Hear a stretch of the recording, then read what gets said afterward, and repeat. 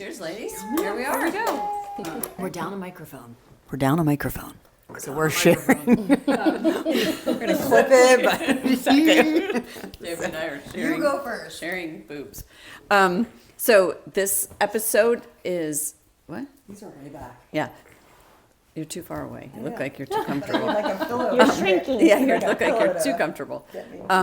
So this is our financial stewardship episode, and we have two legends that I get to work with every day. We have Holly Terrell, and in the Jaguar outfit, go Jags. Go Jags. Go Jags. And Natalie Johns. So welcome to the Misfits. I don't know that it's fair to call you guys misfits, but you're here because you're legends, and I don't know if that's fair. Thank Thank you for but having we're us. very happy to have both of you here. We talked about this last week. It's a little bit of a hard topic for both of us, and we'll have some mishaps to talk about as we go into next week's episode. There's always mishaps when we misfits, mishaps. our misfits mishaps is always something funny about how God's worked in our lives to remind us that yes, we are misfits. So why don't we start? This is sponsored by Legacy Trust. Did I say that already? Sponsored by Legacy Trust. So we are happy to have you guys here. We introduced Legacy last time. We do not do estate planning. We only help people with their estate planning, so we're going to splice that out. But anyway, we only help people with their estate planning. So anyway, we sort of want to talk about practical ways that we deal with our clients, yes, but also that we can help people that are feeling like they're a misfit when it comes to the financial world. I mean, we talk in a lot of acronyms. We talk in a lot of, we say 529s, we say IRA. Like most people don't know what we're talking about. There's different names for different accounts, and we assume that everybody knows this is what we're doing. This is Florida prepaid. This isn't. So we're hoping to bring some clarity to some of the things. And Misfits Tammy's like me. Tammy's going to So be. I am the money misfit. So your job is to think of that and just think how you would unmisfit me when it comes to money. So Tammy's going to be your guinea pig. yes, it's gonna be great. So why don't you start with a question? Like what's the most practical thing that you would like to know about? I think where I've landed, and again, midlife, right? I mean, we're here, and we said this before we started the podcast, but for someone like me who started late or didn't start at all yet and is there, what do you tell them? Like, it's one thing when I talk to my kids, and my son's going through business degree and they're starting out, and even my daughter and her fiance, like there's a piece of me that's sad to say I'm a little jealous, because in a good way, but like they're just being so smart as they start. We didn't start smart. We didn't do smart. And now we're halfway through it and we're like, oh, snap. So that's my biggest question is to start. And then we can go back to those that are younger, because we do have a lot of younger people listening that would want to know too. But for someone like me who hasn't started. Can I just add? Because you know that's going to happen. Give me that back. And I think, I know it's so sweet, but it seemed appropriate. I think one of the things that we didn't do that I'm watching our kids do is they talk about it. Like we did not go into our relationship talking about, so what do you think of money? And what are the money messages? We talked about that a little bit. Like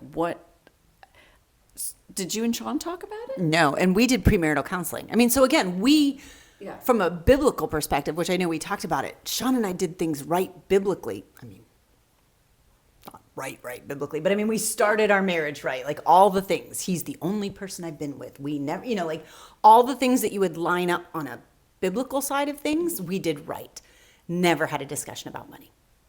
But you said that you're doing marriage counseling for young couples now, and you talk about finances with those young couples. So why did we you can not give get any financial advice? I mean, we counseling? can't really No, but give why didn't advice. You did the counseling. You didn't get the financial. We just didn't get the financial piece. advice. I just So don't know. Like you said, if it was something that, you don't talk about religion, you don't talk about money, you don't talk about politics. Like that was, I think, our generation. You just didn't talk about it. So and I said this in the last one, it wasn't that my parents did anything wrong. They did it. They actually have very good money management. I just didn't know. We just didn't talk about it. Like it wasn't a conversation. But I think that's why Jesus talked about it Right. so much, because that is what couples divorce over. I mean, it's like the number one thing that couples divorce over is financial discussions. So anyway, maybe the first thing you could talk about is the communication and what that might look like. So I'll be quiet now.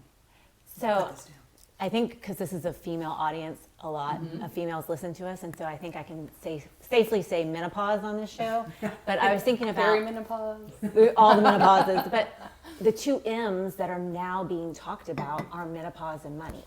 So before, like our moms didn't talk about it because they didn't know to talk about it, but now it's just out there, and so I think your kids have a great advantage. And one is, if you know that you need to start now, then start now. And what do you do by starting now? You write everything out. You say, where are we? What's our starting line? Is it debt? Is it the need to save? Is it both? And just really understanding where you need to start. And it's probably working with a professional, like Natalie or myself. And so being vulnerable enough to say, okay, I'm ready to start, and having the buy-in of your husband to agree to start with you. The vulnerability to do it is a huge word. And be honest, you guys know this podcast. Like if someone like me came to you and said, we're a mess. Like we're in debt. We're not even making enough money to cover. We're robbing Peter to pay Paul. There's no, like all the stuff. How would we be treated? And not by you guys. Like, obviously, I know you two and you'd be amazing. But for our listeners who are like, okay, I'm finally going to say, I'm going to walk in and get help with this. I mean, it makes me tear up thinking about it because I know I couldn't do that. So for somebody to walk in, what's going to make them feel like they're not going to be criticized? Or judged. Yeah, judged. I think that's the biggest fear. I think you have to find the place that's the right fit. Talking to your friends, you know, just you have so many connections. Oh, don't stop. I hate money. I think, okay, but like, one of the, I think one of the most, like, Christian things you can do is know when you have to ask for help, right? Jesus tells us, like, I'm here to help you. I am your helper. So if you were having a spiritual conversation with me, you would say, you have to be vulnerable enough to ask for help. And that causes a lot of tears. We know a lot of people that won't share like their vulnerabilities on a spiritual side. And so, you know, I think it's great that we can relate to that and say, this is really hard, right? I mean, so it opens you up to that. And yeah, I think it is really, really hard. I mean, and I really don't think people care. Like, if you find the right people, to your point, nobody is in this business to judge other people. And if they are, they're the wrong people, right? If they're there to make money off of you, or if they're there to judge you, I would walk in and walk out. Like, it's not your fault. That's them. So Just why you should come to Legacy Trust. They won't judge you. this is a judgment-free zone. There's a gym ad, right? Yeah, Planet Planet Fitness, yeah. Judgment-free zone. But just evidence of that we're a wonderful firm here and we're here to help people is that if there's a huge account and all they are is investment focused and they don't want any of our other family office services, they don't need help with the budget, they're fine, whatever. It's not a good fit because we're more expensive than like your average brokerage firm because we do have other services, family office services, you know, that we help our clients with your estate planning guidance and tax planning, financial planning, budgeting. And so, you know, we look to see if there's a good fit with prospective clients. And even if it's the largest client and they're just not a fit from a service perspective, we're not going to take them on. So. And you have to, like, just when you're teaching a baby to walk, right? You take 2 steps and you do that. And just like a faith walk, you would tell me, just take 1 step of obedience, right? Like that's what you would, you know, like, and I'd be like, I'm going to cry because you said that, right? So I do think, like, even that there's baby steps. You take a baby step that says, I need some help. And then what do? Right. And you do one thing at a time. You're not going to go do 10 things, even though you need to go do 10 things. You're going to do one thing and do it well and cross it off the to-do list and then move on to the next thing. So for a lot of people, it's where's our cash flow going? What potentially could we eliminate from the outflow so that we have more room to breathe and we don't feel like we're living paycheck to paycheck when we are. And if we're at 107% of our budget or income, can we get to 100%? Or can we get to 105? And then can we get to 103? And then can we get to 100? And ooh, now we're at 95, right? Like, ooh, that feels great. So like those little steps. But since you're married, it's a partnership and it's hopefully a walk together that you do. So, okay, we'll get off me for, wow, that's great. For younger people starting out, what would be your advice to someone starting out to do it right? Like, Start as early as possible. yeah. And start what? Like, what would be the start? Do what? Well, if they're out of college and employed, definitely the 401k if your employer has one. If not, Roth IRA is Holly's favorite I love a suggestion. Roth IRA. Why do you love one? Tell me what a Roth IRA is Absolutely. exactly, right? I So know the there's- titles, I know the words, but There explain are it to me. IRAs, which are individual retirement accounts, and they are attached to your social security number, so you can't share it with your husband or your girlfriend or your boyfriend or whatever. And then there are Roth IRAs, and one goes in before taxes and one goes in after taxes. The Roth is an after-tax savings vehicle. There are limits to how much you can make to be able to fund a Roth. There are limits on how much you can put in, all those fun things. But generically speaking, you can put in $7,000 and it goes in after taxes and it saves and compounds and grows if it's invested. And then you can take it out towards retirement age, but not really before then. There's some reasons why you can take it out early, but we're going to pretend like you cannot take it out But early. when you take it out in retirement, is it taxed? It is not. It comes out to you tax-free. Wow. We love that. So my daughter's getting married in April. They're starting out, right? So that would be something you'd say to them. If maybe her company does have a 401k. If they have a 401k, then just stay with 401k. If they don't, do the Roth or do them both. Oh, Both. Oh, I love the word both, right? Right? Okay. And then Kristen introduced me to a wonderful book called The Talk. Dale Alexander. Alexander. So good, Dale, so good. Yay, Dale. That book talks about, The book is going to he just texted me the other day. So the book is going to every senior in high school in the state of Georgia.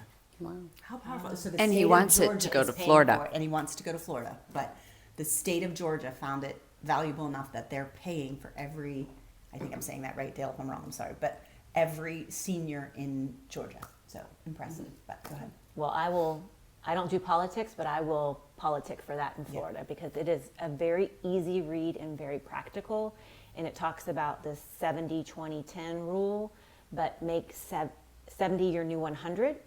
So for your daughter and your kids starting out, they make $100. They pretend to only take home $70 because they're going to invest 20 or save 20 and then give away 10. And if you get that principle when you're in your 20s, you are sitting very differently in your 50s, 60s, and 70s. It's one of those. If then, right? If I knew, golly. No, because I think even today, where you guys are, you can, again, do those little baby steps and get to that principle quicker than you think. I think that's the case, and I think the biggest part of what I would say even to like our young kids is you have to know where it's going, because right now there's Venmo, there's Apple Cash, there's swipe your card, there's slap your card down and Apple Pay, and I don't think people even know where their money's going. Right? So when you start adding it up, you're like, did I seriously spend that on that? And so anything that you have that would track where it goes and what it is and categorizes it, I think is a great thing to do as a young couple and, have joint access to it. It tracks to your checking account and, you're open about it, right? My generation, I have so many friends that were like, I've got money in a safe deposit box. I'm like, why? what, like, you go do it, and, you know, they're like, well, what if I want something that he says I can't have? And I'm like, okay, like, this is just a bad place to be, right? Excuse me. So I think it's the communication and setting that groundwork for, I know you're going to need a haircut. I know you might want to get whatever. You know, you might want to buy new shoes. Like, let's just make a pact that this is how much we're going to spend, but this is going to date me. But, you know, I mean, the envelope system works. Yeah. That's what my It- parents it- did. it They really still does. They still do the envelope, which I should have done. Right. Envelope system. Is there something you use that you would recommend to track? Like literally thinking of Bailey and Camden right now, is there an app or is there a system that you think, okay, because like you said, I mean, they'll use Venmo, Cash App, Apple Pay. Like, is there a way to track it that you found that's good? There was one. There but was it one, shut they took it down. away. I think it's going back to paper and pen because you have all these outflows in your checking account, and maybe some accounts will let you put it in what it is, but it's going to be like groceries, and maybe you don't want wine to fall into the grocery category. Maybe you do. I don't know. But Hide that in there. but if you get back to a register that you're tracking, then you're able to see like, oh my gosh, I'm still 11 months later paying for that subscription that was supposed to be canceled back in January, and here we are in November. But if you're writing it out, I think there's something very valuable. Even if you just do it for 2 months, there will be something that will go, uh-oh, we needed to stop This that. happened to Rodney and I. He's like, what is Audible? And I'm like, you know, it's on his credit card that he looks at. And so I'm assuming I pay the credit card. And so we had this little project that we went through our credit cards. And he's like, I don't know what Audible is. I'm like, what do you mean you don't know what Audible is? And I'm like, even if I did look at it, I would have assumed that he uses it. Right. And he was like, I don't use Audible. And so, you know, that's $9.99 a month for, I don't know how long we did that, right? So, He can gift those to me if he has so those this is, credits. no, but you know what, we tried this, but you know what the problem is? Once you stop it, you Oh, they can go no away. longer gift. They go away. Yes.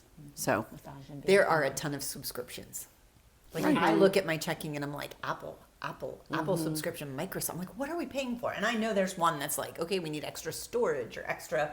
But I mean, when you look at our month, we just finally sat down and did like a full breakdown of the last like 3 months. We did Yeah, paper pencil. that's great. And put us on a cash budget. So again, all the stuff that probably we should have been doing 50 years ago. But you know, literally my husband's on cash only. So it's like, because I have the card and he's off wherever. But he's like, I'll do cash and I'm going to stay in this budget. But the subscriptions are, I mean, I'm like, and then you can't call Apple. I'm like, we spend $100 a month on Apple subscriptions. I don't even know what that is. Can't get Right. hold of I mean, Apple. you- I'm like, Apple. I don't, right, iCloud is Yeah. like $4.99. Yeah. So it's like, what are the other Right, things? yeah, it's crazy, Yeah. so. But poor Sean can't do anything because there's places that don't accept cash. He's so funny because he's trading now. It was so funny because the other day he did that. He came in and he put a $20 bill down on the counter, and I said, "What's that for?" And he's like, "Well, I had to use the card for this because it wasn't cash, and I want to give back the cash." So we're That's Good. funny. That's fun. good. But so that's one of the things I wrote down. Like, do cash envelopes, cut up credit cards, make it fun. Like, say, okay, we're going to go out to dinner and we're going to only spend $20. I don't know where you can go in Jacksonville for $20. but Taco Bell. maybe. And hey, I just went to Orlando love and they Taco have Bell. Taco Bell Cantina. I love There's Taco a thing. Bell. Ca- Yeah, it's Taco like an Bell? upscale Taco Bell. Really? Yes. Wow. I died. I took a picture of it. I have proof. It exists. No kidding. I don't know what more is on the menu, but we digress. But make it fun. Right. Like find, I know Blue Bamboo, they do your name. If your name is the name of the day, you get your meal for free. What's Blue Bamboo? It's a restaurant. It's a Thai restaurant off of Atlantic Do you have to Boulevard. go there to find out if your name is the name of the day? You have to look on Instagram, but sometimes people will tell you. Like I had today's somebody, your day, yeah, you should today's your go. day. But you know, you can make it fun, or early bird special. I don't know. But also, I think like we've found like just because we're trying to be healthy, like we don't want to go out to dinner. Like we need to make like going walking a date, or you know, we talked about going shooting. Rodney, did I tell you this? Is he gonna go shooting with you? did I tell you this? So we did our goals, and my word is inspire. And we talked about fun things, and we talked about going to the gun range, right? And so he calls me and he says, well, I just need to tell you, I had something today, and I am inspired to go shooting with you. And I'm like, what did I do? Right, hey. Like, what did I do? Does he want to shoot me? Like I'm like, he's not a real, like a gun guy. And so he listens to the podcast, and but like, that's a good date. Yeah, that's a great you know? date. Yeah. But you don't like, from a health perspective, you don't necessarily have to eat out. Right. But it's good things, like you said. Okay. Yeah. What else? Young couples invest early. And not keeping up with the Joneses. That's the worst. It's so the worst. And Instagram is here to probably destroy us Agree. in some ways, right? Because it's the Unless you're listening Fake to reels. the Misfits. course. Misfits. Don't even. There's the fat friends for you again. here we are, Natalie, the Tammy's fat friends. Wait, I missed that one. So a It's couple bad. episodes ago, I was talking about goals and like, it just like tongue in cheek. I was kind of saying like, you always want that goal ahead of you to push you forward, and you want somebody behind you that's not doing a as well to kind of metaphor. like, so when you have a bad day, you can be like, okay, but I'm better than them. And like, you always want that skinny friend and that fat friend, and that was a joke. And then everybody started texting me that was like, am I your fat friend? Oh, And I jeez. was like, Oh, I really don't have no. any fat friends. It was a good metaphor, but I don't know that, like, Yeah, it escalated to something it probably shouldn't have. So. You forget that your funny. friends watch Right, this. right. That's it. I mean, they were like blowing up my phone immediately. Am I your fat friend? I was like, no, you're well, not. and then my we were fat doing friend. our goals, and I'm like, I don't know how to describe my fitness, my health goal. Gosh. And I'm like, I just want to say, like, I'm not your fat I'm friend. not, I don't want to be Tammy's fat friend. Perfect. So it became a big thing. So that's the last time you have to apologize for. I'm sorry. I know. I'm done. So you were saying Instagram. So I think if you do what Kristen and Rodney did and write out your goals, and I love the vision board. I think it's so fun to like put pictures and like what your vision is and what your goals are, because if you and your husband have different goals than everybody else, that's okay, because they're your goals. And so if your goals are to make memories with your families and to go on a vacation once a year with your kids and create those memories, that's okay. But maybe your goals aren't to buy the latest, like I don't do purses. Like my friends would love me to know what a Louis Vuitton or a Birkin or something else. I don't do purses. It's not my thing. But a lot of people, they want like this like multi-$1,000 purse, which I don't understand, but it's a thing for a lot of people, and they get it and they want it. And so just knowing like if they can actually afford that, like, And what does the cost of that purse look like if you'd invested it in 50 years? Right. You know, the compounding effect of the $1,000 purse. I mean, that can make someone want to change their mind about how they're Well, going to that's spend. that. And when you can, actually see the compounding effect of buy the purse is not going to probably appreciate. In fact, you're going to be sick of the purse in 5 years. Well, and I think that's sort of, this is jumping way ahead into step 15, but that's one of the things that I think a financial plan does for our clients is the clients come in, they set their goals, we talk about, okay, educating our kids without any debt is important to us. We want to be able to live our same lifestyle that we have now in retirement. And so they make 4 goals, 5 goals, whatever. You can have as many as you want, but we try to keep it so like we're attainable goals. And then basically what we help them do is create a roadmap for how you get there, right? And that's, I think then you say, I don't really need that purse because I want to be able to go to Scotland and play golf for a week. 2 years from now or 3 years from now or whatever it is. Or it's more important for me that I can skip the thing that's not going to satisfy me anyway for very long. And I know that our bigger picture strategic plan is, wow, we're going to be able to educate all our kids without student loans or, whatever the topic is. Other things too that people may or may not think about very often is like health insurance. Like if you're both working, employers offer health insurance, to the employee, and maybe one gets theirs paid for and the other one, it's expensive. But looking at the cost of like, well, if the husband goes on the wife's health insurance, what does that savings look like? You know, reviewing your car insurance, your homeowner's insurance. I mean, you know, I'm back and forth between two big car insurance companies like every 12 months because they don't care about loyalty, and it's like, oh, your premium's gonna double, and well, I care about that, and they think that I'm not gonna notice it, you know, and then I quote with the other company, oh, I'm gonna bop over there Same for 12 with the months. internet.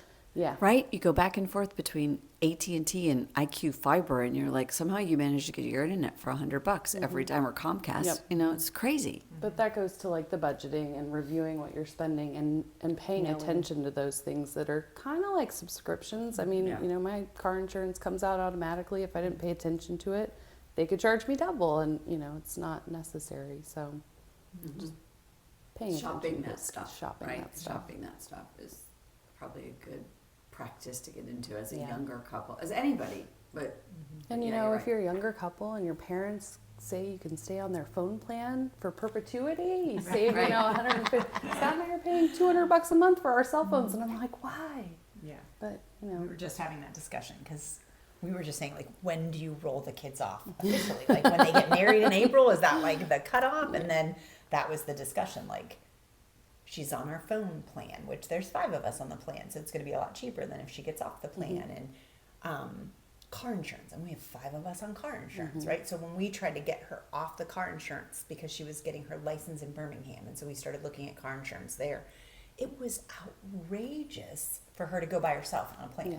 Whereas when she stayed with us, it was so much cheaper. But that leads me, when do you roll the kids off? Like, is there a, Well, if she's living in Birmingham and is married in Birmingham, she might want insurance in Birmingham because the Florida coverage might not cover her. So you As want to well. be careful. Like you need to know if that coverage is not Well, actually and I available. think like sometimes it does make sense. Like it might be cheaper, and so financially it's a good decision. But she can also make a contribution to Right. that, just so that it's a line item on her bill. Because at some point she's going to be paying her phone bill.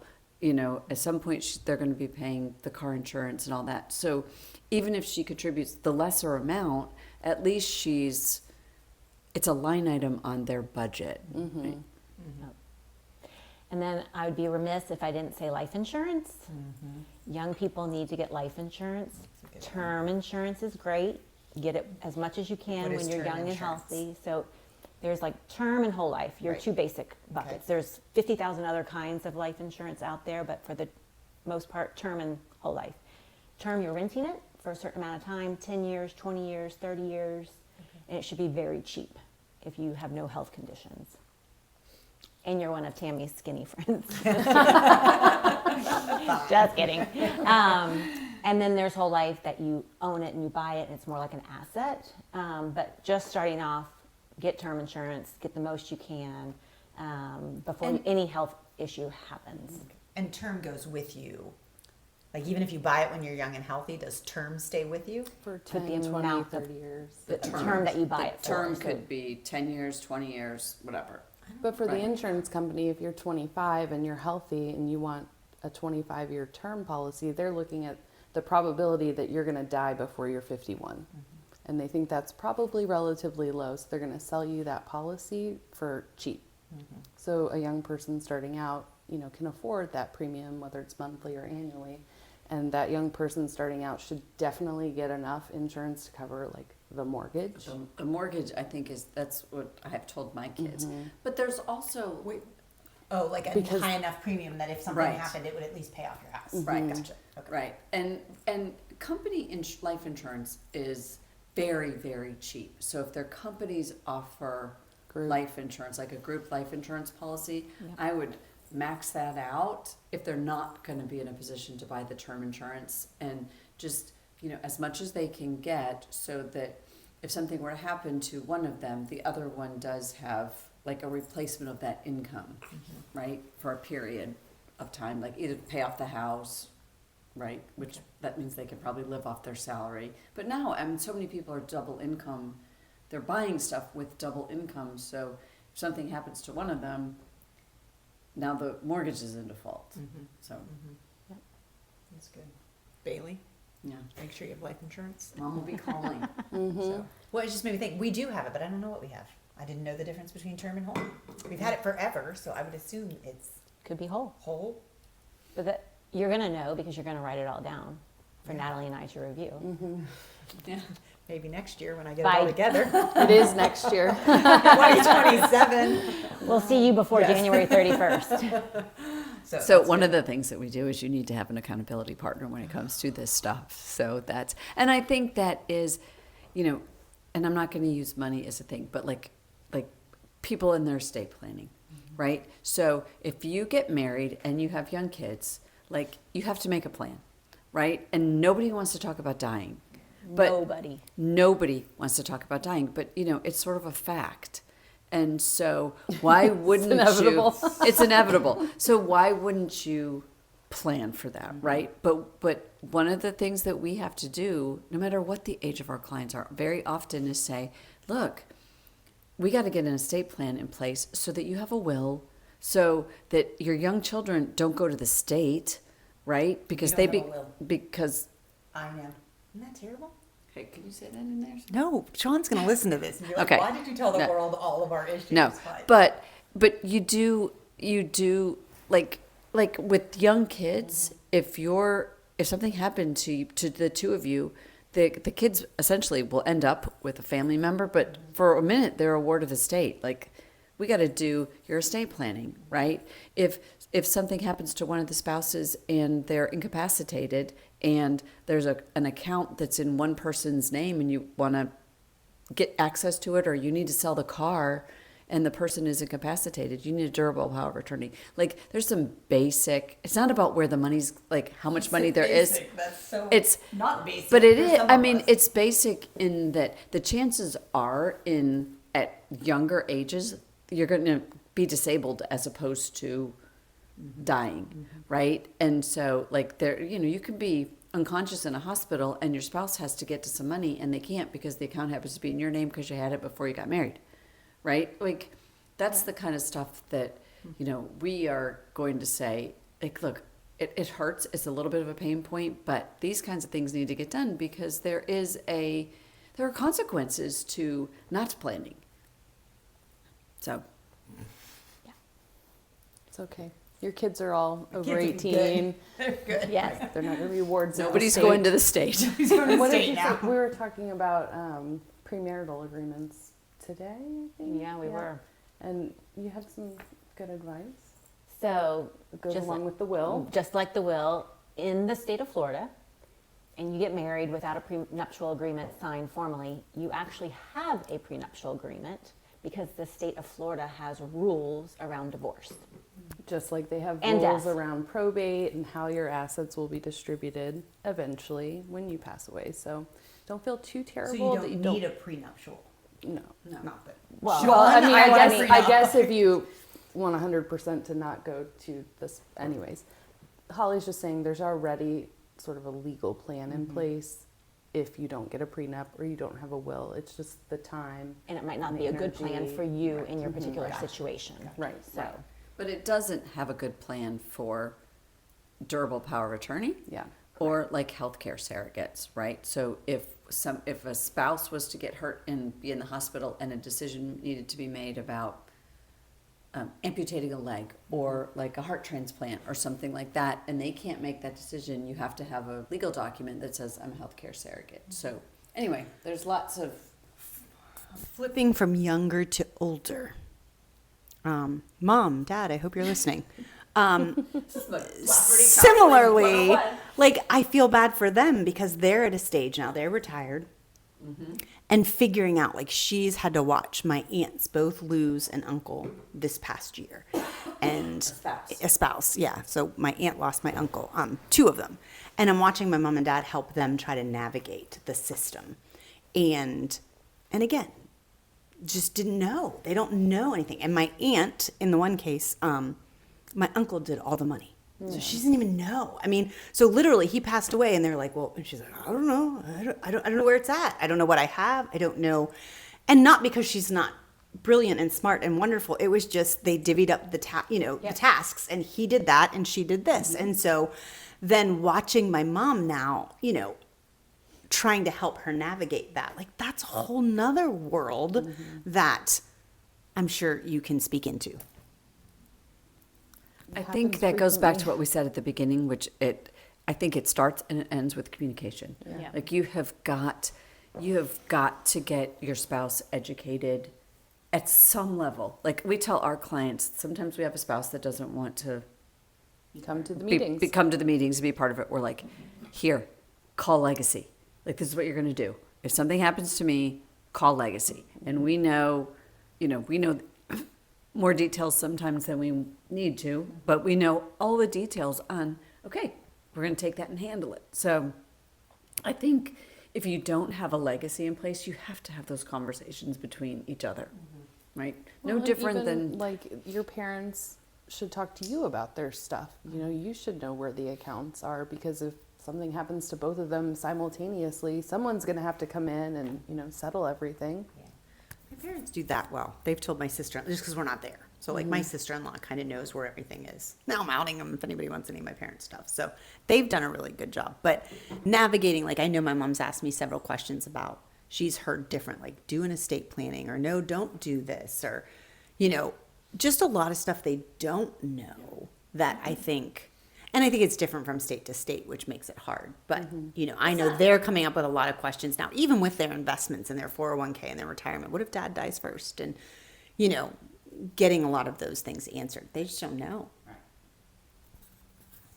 And it's, you know, making sure accounts are titled properly, making sure beneficiaries are up to date. So a lot of times there's divorce or there's a death, and so we don't have like a contingent beneficiary. So now all of a sudden, let's use your parents as an example, one of them passes away, but they haven't named contingent beneficiaries. And so everything was going to go to each other, but now that each other's gone, now where does it go? So just making sure those things are up to date. and the state will Eventually. that's going to happen. Right. What about like, I don't even know the right term, like care? Like let's say one spouse, they're older and has to go into care. I've heard different things about like, if you have things in your name, then the state can take it. So it's better to put it in an estate or put it in, I don't even know if I'm saying the right words. Is it better not to? Is it better to have it in one name and not the other so that, you know, it covers care? Like, I think that was the issue my aunt ran into. My uncle went into care and it was like, you know, do you just sell the car and pretend you don't have any assets, sell the house so that they don't take anything from you to cover care? You know, like, how do you manage all of that? I don't even know if I'm saying that right, but you are. It's very, I think, state to state dependent too. Like, so we can't just give broad advice about that, because, yeah, there's look backs, and you know, the state may say, "Oh, well, you sold the car 3 months ago, so we know that," and then you transferred it to your wife.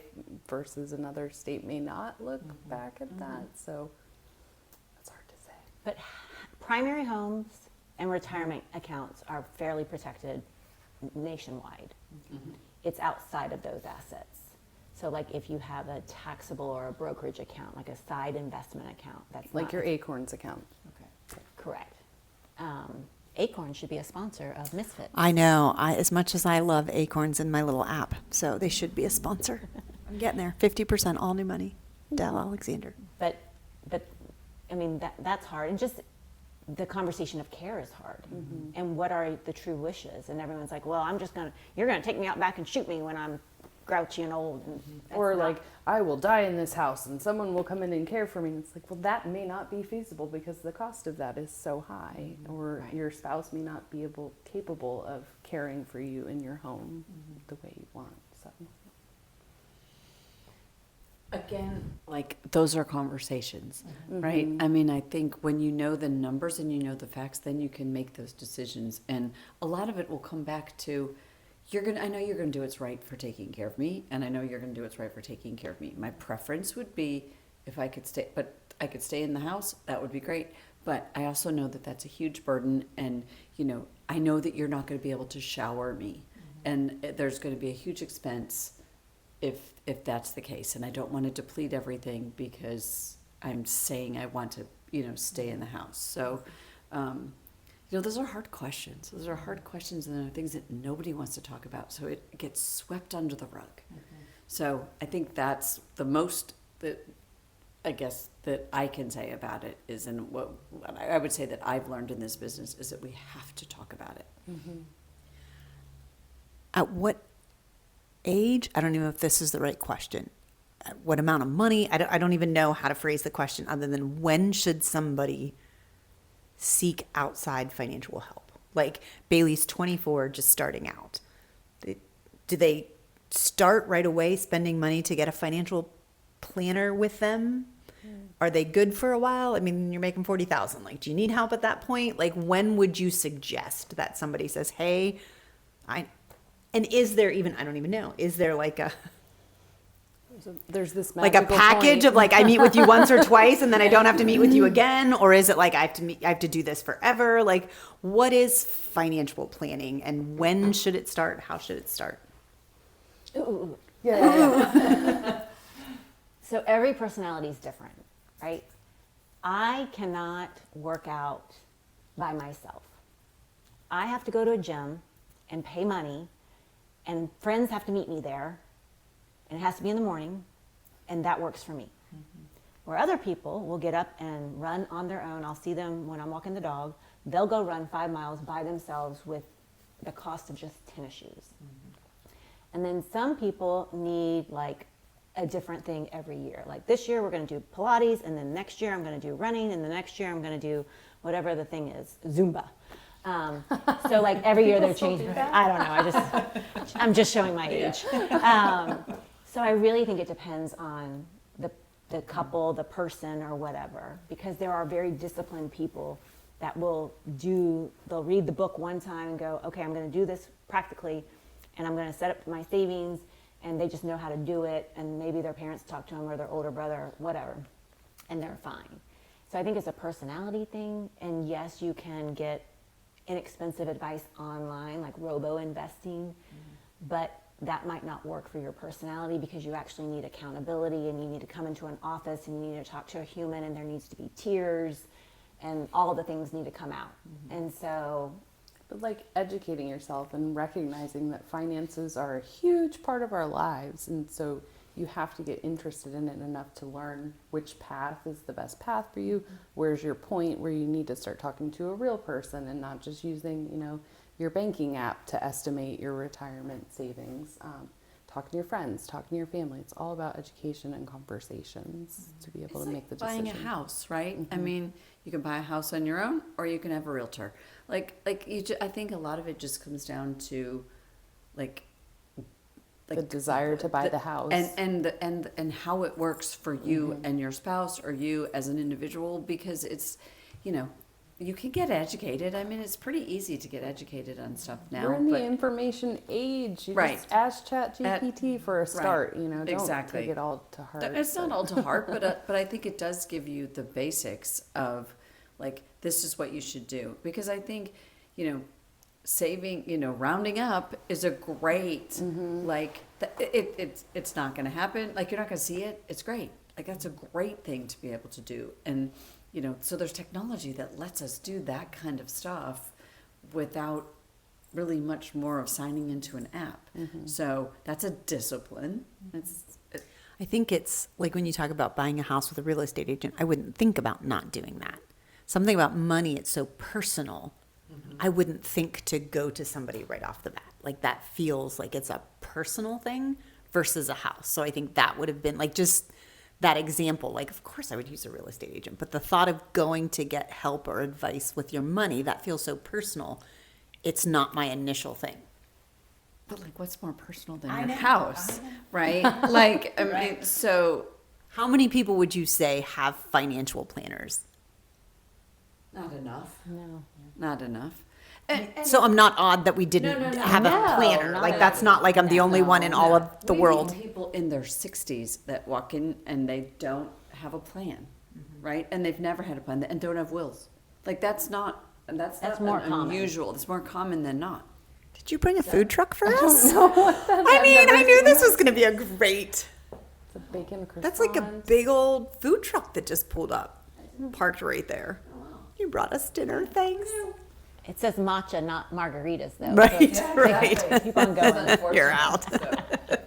Anyway. So, okay, so I'm not crazy in the sense that, okay, I'm 50 plus and Yeah. I've not No. done it all. This is not, I do not think that any of us could say that this is uncommon. He's coming to the door in the middle of a podcast. Hello. He needs to go around the side. Yeah. But I think, no, I don't think you're unusual. I think fewer people have planners and help than not. Right? I mean, everybody's trying to get into business. Banks are trying to get into business. Everybody's trying to sell you a service. So I think, that's easy enough to find. It's being vulnerable enough to say, oh, when is the right time for me to be? And I think very practically speaking, you don't need to invest your money. I think if you're doing your 401k and you're buying the health insurance through your employer and you've got health insurance from your employer, the next goal should be to be as debt-free as we possibly can and to have 3 months worth of spending in savings. So until you have that, I don't think you don't have to make a plan. Like that's your plan. You get to the point where you're living on less than you make and you've got enough money that if there was an emergency, you have a 3-month plan. You have 3 months, and then over and above that, it can get invested, right? And I think that, that can take years, right? Depending on how you live and how much you make. So, that I would go to that plan. You don't have to pay anything for that. So, Ladies, final word as we wrap up. I love books. Okay. I'm part of 2 non-book clubs where we don't actually read books, but my favorite book of 2025 was Die with Zero. And you're going to love this book, Tammy, because it tells you to take the trip. It tells you to spend time with your family. It tells you to make memories and not do things. But then it also tells you to have a plan in place and make sure all your money is accurately going to where it should be going and divvying that. But I love Die with zero. Die with Zero. Okay. That's good. It doesn't mean like you're Right. dying with zero, but Right. it's good. Okay. Sounds good. All right. Natalie, last minute advice? Talk to your parents, talk to your kids, talk to other family members and friends, and just figure out what worked for them. Maybe take from those experiences as a child, watching your parents, and try to do something different or that works better for your kids and grandkids. But just constantly learning and educating yourself, I think, is really important, because you don't want to just be, what is it, the ostrich that like buries their Right. head in the sand, because then you wake up one day and you're like, oh no, where are we? Where are we going from here, and how do I fix this? And I think as you say that too, like part of it is personality. Like my parents did it right. I mean, they really did. Yeah. Like they were on the envelope system. They did not use credit cards. Like we lived within our means. We didn't necessarily talk about money a lot. It just wasn't a thing. But I think my personality just because my brother did fine. So like, I do think there is a different personality, and knowing that too. And usually you always hear people say, premarital counseling, we always say there's a saver and a spender, and there's my husband and I are both spenders. I was like, I Right? see, And I so see more that spender, hurts, spender. right? So that's where like a personality comes in, and yes, I should read the books, and but it just wasn't my personality to do that, and it wasn't my husband's per se. So then now you wake up like the ostrich, and you're like, oh, So I do think there is some personality issues to it too, that some people are just more invested and concerned, and they like that, and that intrigues them, and they care about that. And then there are those of us that just, I remember being at Target with Alex. He was probably 2 or 3 maybe 4.